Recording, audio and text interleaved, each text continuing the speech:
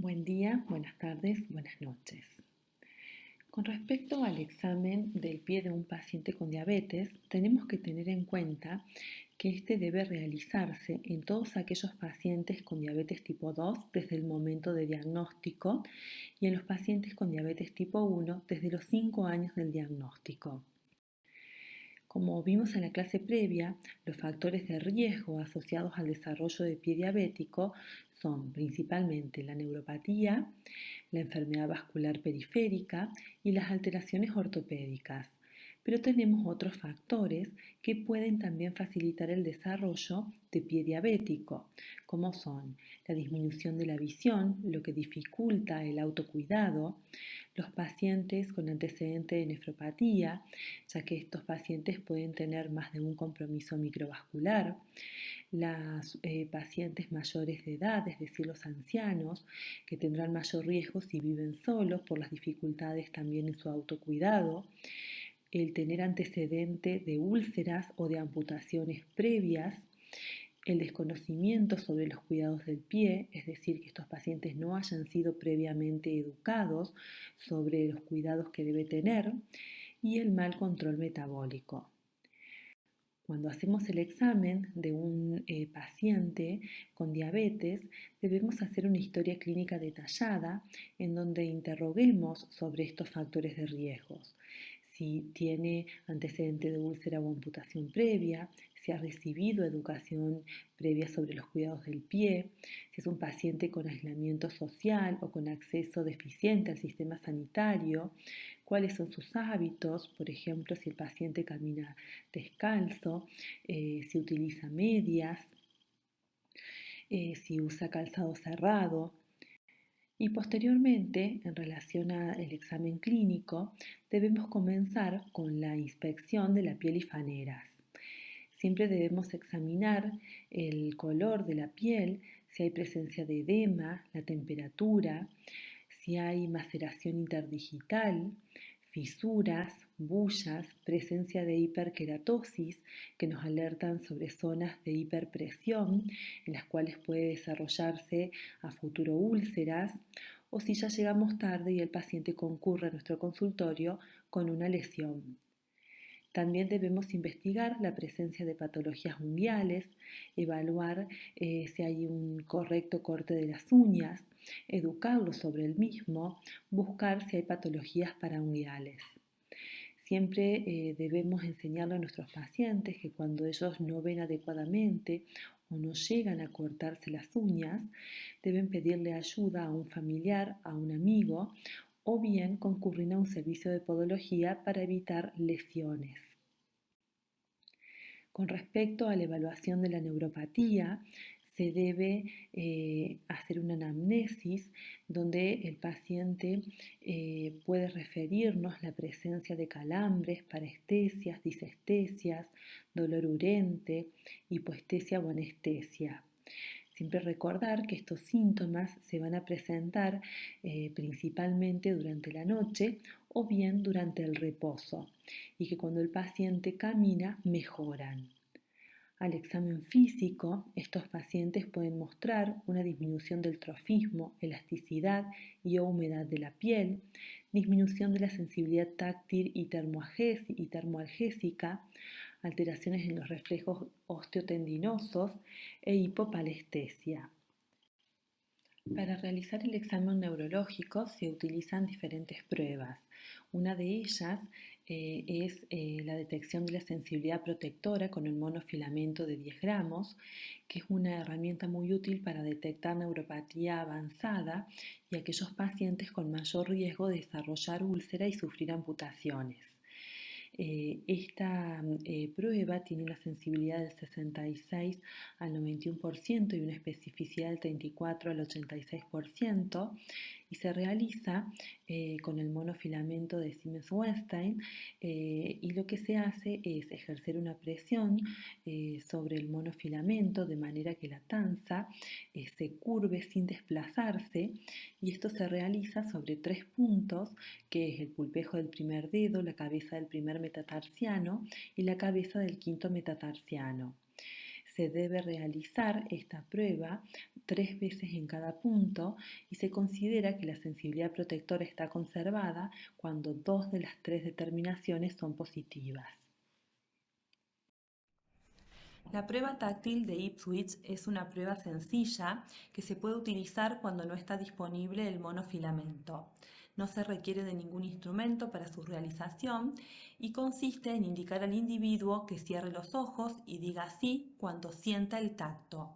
El examinador debe tocar suavemente de forma secuencial y sin ejercer presión con la punta de su dedo índice, la punta del primer, tercer y quinto dedo de ambos pies durante 1 o 2 segundos.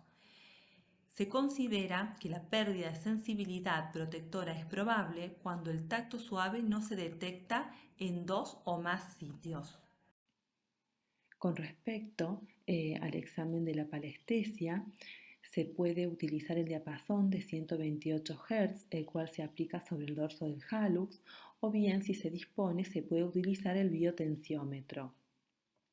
El biotensiómetro tiene una escala graduada en voltios que al aumentar la intensidad aumenta la vibración y se considera normal cuando el paciente puede percibir esta vibración por debajo de los 25 voltios.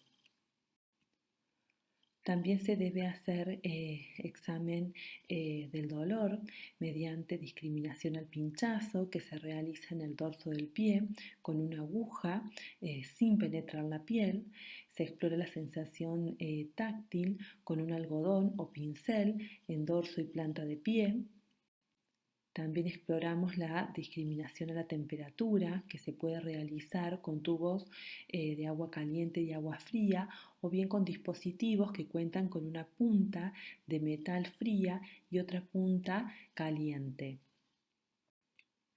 También debemos explorar los reflejos aquilianos con martillos de reflejo. Y con estas determinaciones podemos, establecer el grado de neuropatía que tiene nuestro paciente utilizando el score de neuropatía. De esta manera, si el paciente tiene menos de 3 puntos, no hay neuropatía. Hay neuropatía leve cuando tenemos de 3 a 6 puntos, neuropatía moderada de 6 a 9 y neuropatía grave con más de 9 puntos. También debemos evaluar las alteraciones ortopédicas, evaluar el apoyo y para eso debemos buscar si hay dedos en garra, dedos en martillos, prominencias óseas, halus valgus, halus rígidos, presencia de signos de osteoartropatía de Charcot. Con el paciente de pie durante la marcha buscamos la presencia de deformaciones. Debemos examinar la almohadilla plantar, que es la que se encuentra sobre la cabeza de los metatarsianos. Se evalúa la movilidad del pie y el tipo de calzado que utiliza el paciente. Cuando uno detecta alguna alteración, se debe efectuar perigrafía o podoscopía para evaluar las zonas de mayor presión y se debe solicitar radiografía de ambos pies. También debemos hacer una evaluación vascular del paciente con una anamnesis dirigida a detectar la presencia de claudicación intermitente, de verla cuál es el sitio de claudicación, si hay presencia de dolor en reposo, antecedentes de enfermedad vascular en otros territorios y recordar siempre que por cada paciente con enfermedad vascular sintomático hay 4 pacientes asintomáticos.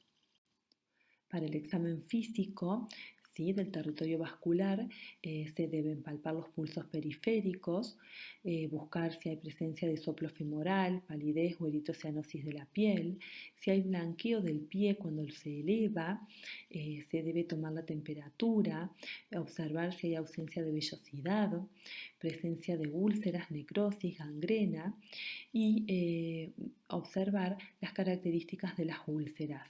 Si el paciente tiene úlceras a nivel de talón, bordes laterales y punta de los dedos, podemos pensar que estas úlceras son de origen vascular. Para el examen vascular se realiza el índice tobillo-brazo. Este se recomienda realizarlo en aquellos pacientes diabéticos de más de 50 años y en pacientes más jóvenes que tengan factores de riesgo para enfermedad vascular periférica, y si este es normal, se repite cada 5 años. El índice tobillo-brazo es normal con valores de 0,91 a 1,3. Hay isquemia clínica cuando es de 0,6 a 0,9 y una isquemia grave cuando es menor a 0,6. También debemos hacer una evaluación infectológica. Interrogaremos al paciente sobre si hay antecedentes de infecciones previas, cuál fue la causa de la lesión que presenta en el momento de la consulta, el tiempo de evolución de la misma, si hay presencia de edema, rubor, dolor o secreción, y si ha recibido tratamientos antibióticos previos y con qué esquemas. En el examen físico se busca presencia de exulceración o úlceras con signos de infección. Cuando el paciente tiene una infección de partes blandas, se debe buscar la puerta de entrada si esta no es evidente, examinar si hay edema, rubor, aumento de temperatura local. También se investiga la presencia de micosis en la piel y ofaneras, abscesos, necrosis, fetidez, si hay crepitación de partes blandas o gangrenas, exudados copiosos u osteomielitis. Y en estos casos también es importante determinar si el paciente tiene un compromiso sistémico asociado a la infección del pie diabético. Una vez que completamos el examen del pie de nuestros pacientes, se debe definir con qué frecuencia deben concurrir a control. En aquellos pacientes sin riesgos, es decir, con una sensación intacta, el control será anual. En los pacientes con neuropatía sensitiva, pero sin vasculopatía ni deformidades, es decir, con un riesgo leve, la revisión es semestral. En aquellos pacientes con riesgo moderado, es decir, con neuropatía sensitiva y o vasculopatía o deformidades, la revisión es trimestral. Y en aquellos pacientes con riesgo severo, es decir, que tienen una úlcera o una amputación previa, la revisión será al menos mensual. Decimos al menos mensual porque dependerá del tipo de tratamiento que se esté haciendo sobre esas lesiones. Incluso en algunos pacientes los controles tendrán que ser semanales.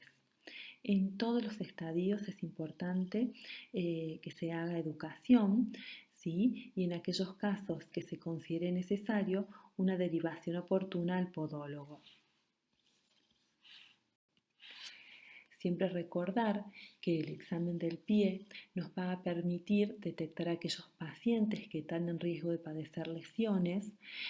Recordar que más del 50% de los pacientes con neuropatía diabética son asintomáticos y son pacientes que tienen un alto riesgo de desarrollar lesiones. Por lo tanto, las complicaciones de pie deben buscarse. Muchas gracias.